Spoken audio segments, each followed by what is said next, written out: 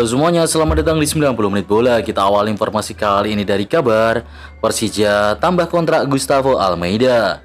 Mesin gol Persija Jakarta Gustavo Almeida dipastikan masih menjadi andalan macan Kemayoran pada musim depan.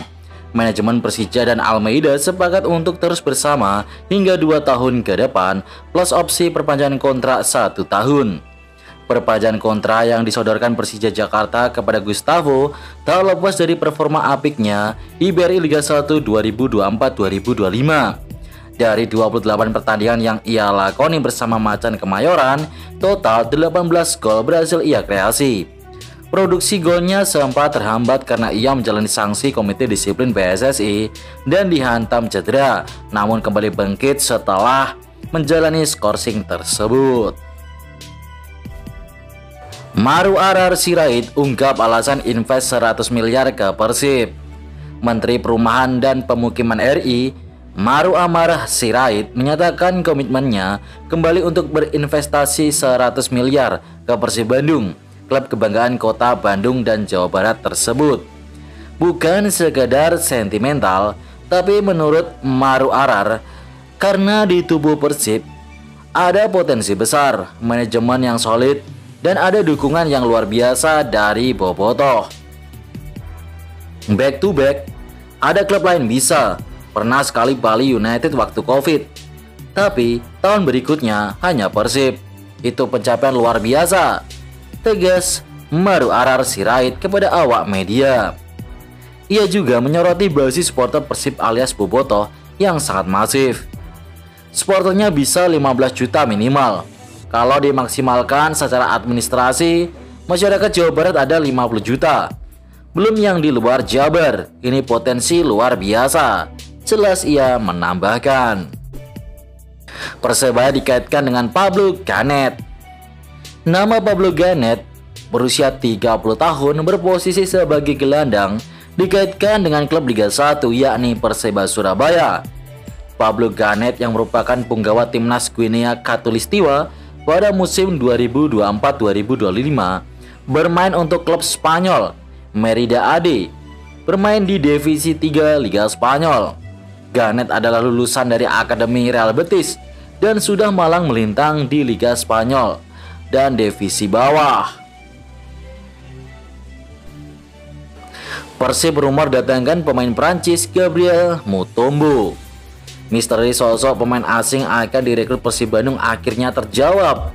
Gabriel Mutombo menjadi nama yang mencuat sebagai target transfer Pangeran Biru. Sebelumnya, manajer Persib Bandung Umuh Muhtar sempat memberikan bocoran. Klub berjuluk Maung Bandung itu telah deal dengan 4 hingga 5 pemain asing. Ada yang dari Prancis, ada juga dari Brazil, ungkap Umuh Muhtar dalam wawancaranya di TV One. Bocoran ini langsung menarik perhatian para bobotoh di media sosial. Bek berusia 29 tahun itu memiliki tinggi 1,91 meter dengan kaki dominan kanan. Pemain berkewarganegaraan ganda Prancis Republik Demokratik Kongo itu saat ini memperkuat Ratchaburi FC di Liga Thailand. Kontraknya dengan klub Thailand tersebut akan berakhir pada 30 Juni 2025. Gabriel Mutombo dikenal sebagai bek serbaguna yang fleksibel. Ia bisa ditempatkan sebagai bek tengah maupun bek sayap, sesuai kebutuhan tim. Pemain grade A Gustavo Nonato rumor ke Persija. Gustavo Nonato juga dapat dibilang sebagai pemain grade A, mengingat pengalamannya bermain di klub papan atas Liga Brazil. Saat ini Gustavo Nonato adalah pemain klub ternama Liga Brazil, Fluminense. Namun statusnya di Fluminense adalah pemain pinjaman dari klub asal Brazil yang tak kalah tenar yakni Santos FC.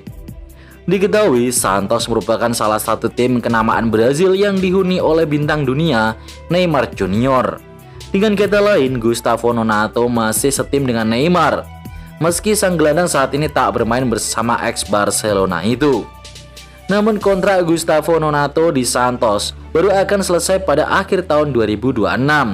Oleh karenanya, Persija Jakarta harus mengeluarkan uang banyak guna menebus kontrak Gustavo Nonato. Persija bisa mendatangkan Gustavo Nonato dengan cara lain, yakni dengan opsi peminjaman.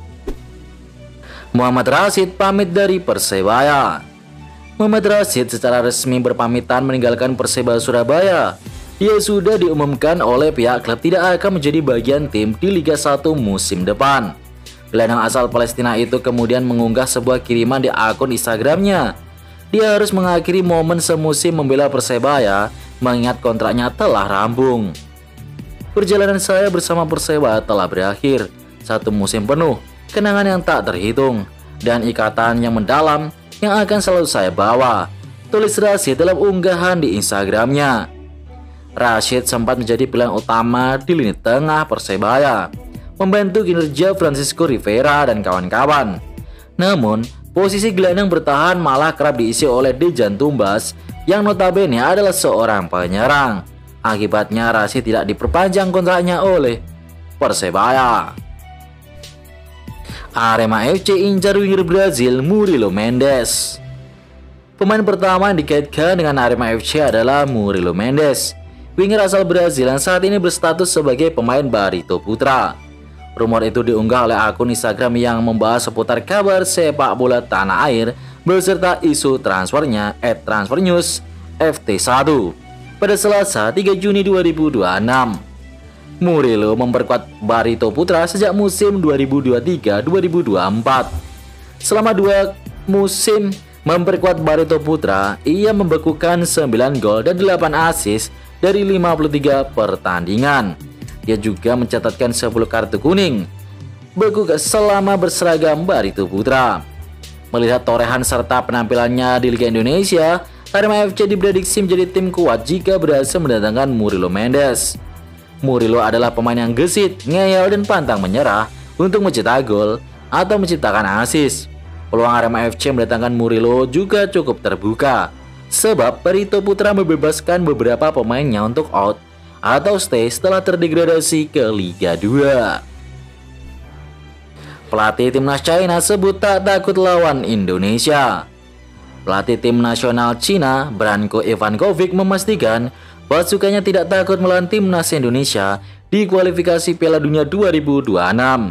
Ivankovic menegaskan Cina tak gentar menghadapi siapapun, bahkan jika lawannya itu sekuat timnas Brazil. Branko Ivankovic mengatakan rasa optimis wajib dimiliki seorang pelatih profesional.